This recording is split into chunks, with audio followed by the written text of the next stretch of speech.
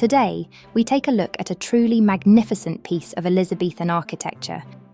Wollaton Hall is perched proudly on a hill with amazing views overlooking Nottingham and the surrounding area. You might recognise it as Wayne Manor from The Dark Knight Rises, but this grand old hall was built between 1580 and 1588 for Sir Francis Willoughby, an industrialist and coal owner. What many don't realise is that Sir Francis came from a lineage deeply rooted in England's aristocracy, on both sides of his family. Through his mother, Anne Grey, he was descended from Elizabeth Woodville, Queen to Edward IV. Anne was the granddaughter of Thomas Grey, 1st Marquess of Dorset, Elizabeth Woodville's son from her first marriage. This made Sir Francis a direct descendant of one of the most politically influential women of the 15th century. His great-grandmother, Cecily Bonville, 7th Baroness Harrington, was also one of the richest heiresses in England, bringing enormous wealth and titles into the family. And it wasn't just his mother's side that was noble.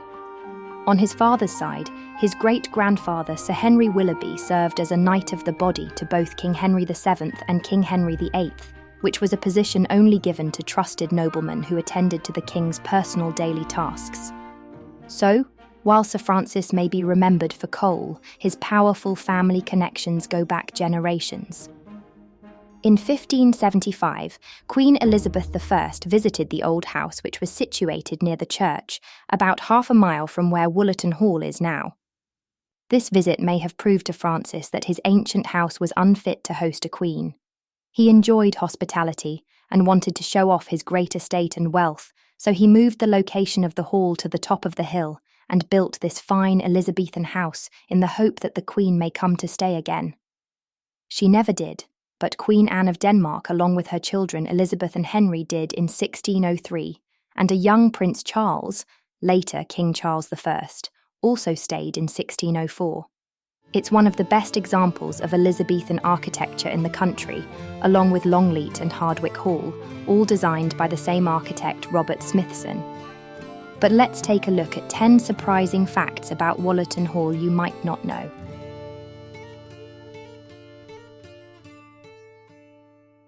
Number 1. Jane Austen's aunt was a Willoughby. One lesser-known figure in Wollaton Hall's long history is Cassandra Willoughby, born in 1670. She was the only daughter of the renowned naturalist Francis Willoughby and his wife Emma.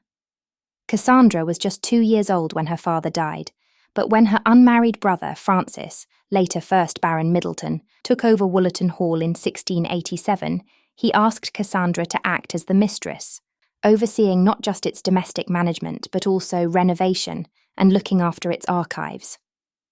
In her time at the hall, Cassandra catalogued legal papers, household accounts, and family letters dating back to the 12th century. She compiled 2 family history books, kept her own journal, wrote poetry and essays, and played a crucial role in preserving the family legacy. Cassandra Willoughby later married James Bridges, 1st Duke of Chandos, becoming Duchess of Chandos. It was through this marriage that she became Jane Austen's great-aunt. The Austen family greatly admired her, and both Jane's mother and sister were named Cassandra in her honour. Even though her great-aunt died 40 years before Jane was born, she must have been inspired by the family as she borrowed names for her novels. Most notably Mr. Willoughby, and also Sir John and Lady Middleton, who were distant relations to the Dashwoods in Sense and Sensibility. Number 2. It was built using Ancaster Stone from Lincolnshire. The honey-coloured stone used to build Wollaton Hall was transported all the way from Ancaster in Lincolnshire via horseback, which was an impressive feat in the 1580s. This gives the hall its unique glow in the sun and is often mistaken for local stone. Number 3. It has an elaborate water system hidden below. Beneath the hall lies a forgotten network of 16th century water cisterns and drainage channels, part of a sophisticated early plumbing system designed to bring fresh water to the house and gardens. Below the basement is a series of subterranean passages used as wine cellars and for storage, partly lined in 17th century brick. There is also a well of ice-cold pure water and a reservoir known as the Admiral's Bath, perhaps after Rear Admiral Sir Nesbitt Willoughby, who it is thought enjoyed a dip in the ice-cold water.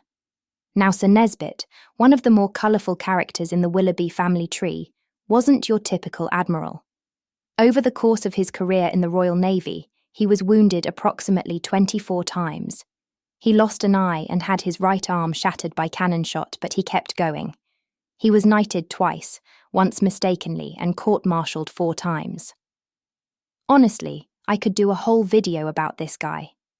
So let me know in the comments below if you'd like to hear more about the incredible life of Sir Nesbit Willoughby. Number 4. The builders were paid in coal. Some of the builders and labourers working on Wollaton Hall were partly paid from the family's coal mining pits. The Willoughbys also traded coal for materials like the Ancaster Stone used in the building's construction. The hall took 8 years to build, and even though part payment was via coal, the hall still cost £80,000, which in today's money is £27.6 million. Number 5. It was one of the first homes in England with a dedicated prospect room. The prospect room is a popular venue for weddings, private tours and events as it offers 360-degree views. It covers the entire top floor and has windows on all sides, but the original purpose of this room is not entirely known.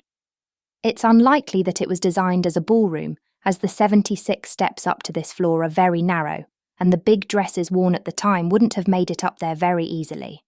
It's thought that it was probably to enable people to watch hunting in the grounds below. The weight of this room has at times threatened the structural strength of the hall, and it was off-limits to the public for many years. In 1958, strong metal girders were inserted, but by 2005 the girders were found to be failing. So the City Council tied the unusual beam structure together with metal supports securing the building. Number 6. The hall was nearly destroyed by a fire. In 1642, the hall was occupied by parliamentary troops during the Civil War.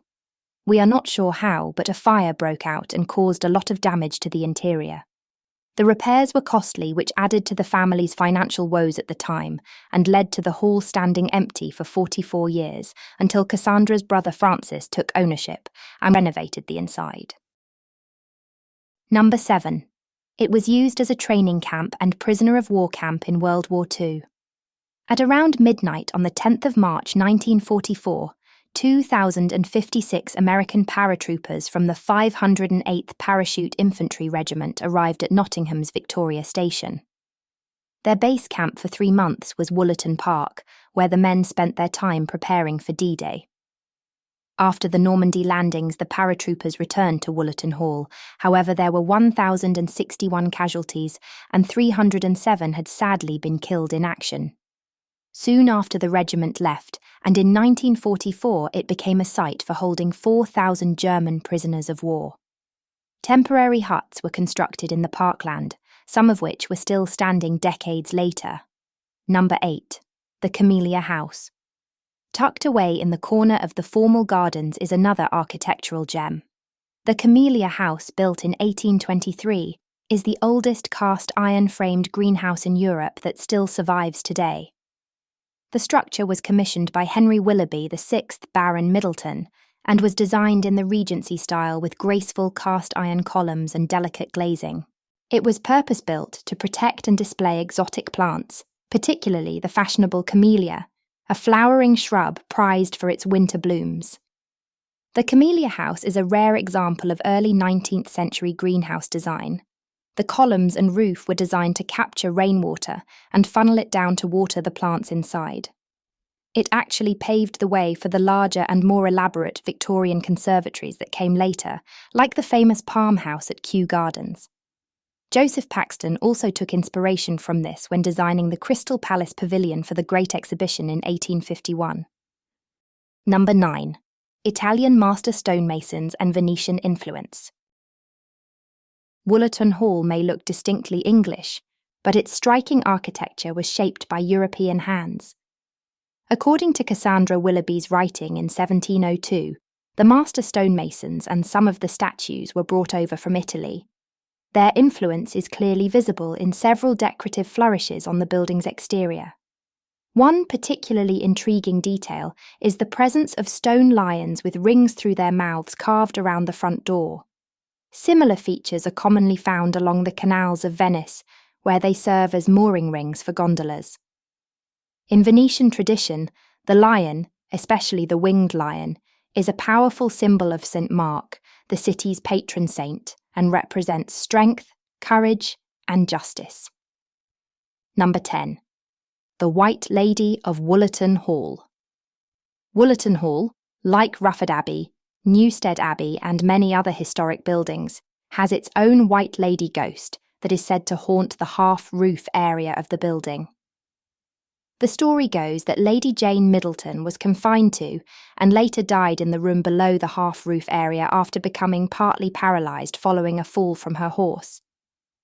Eerie sightings and strange lights have been reported over the years, but during World War II, because of its panoramic views, the hall was used for firewatch duty, and according to an interview with Mr. Cyril Holton, the longtime curator, many wardens refused to go up to the half-roof at night. Interestingly, not because of enemy bombs, but because of the ghost. Holton said the moonlight would cast strange shadows across the statues and balustrades, making it easy to imagine ghostly figures moving about. Despite never seeing her himself, Holton admitted that many others were deeply uneasy about that part of the building after dark. From Italian stonemasons to royal visits, ghost stories to botanical innovations, Wollaton Hall doesn't give up all of its secrets in one visit. I've been so many times and still find something new each time I go. Right now there's repair work underway at the back of the building. It's good to see efforts being made to preserve places like this, not just for their architecture, but for the centuries of stories they hold. If you've ever visited Wollaton Hall, or if it's now on your list, please leave a comment below. I'd love to hear your thoughts. And if this is your first time learning about it, I hope this episode has inspired you to see it not just as a film location or a museum, but as a historic home with a rich past. Please don't forget to like and subscribe. It really helps the channel. Thank you for watching. See you next time.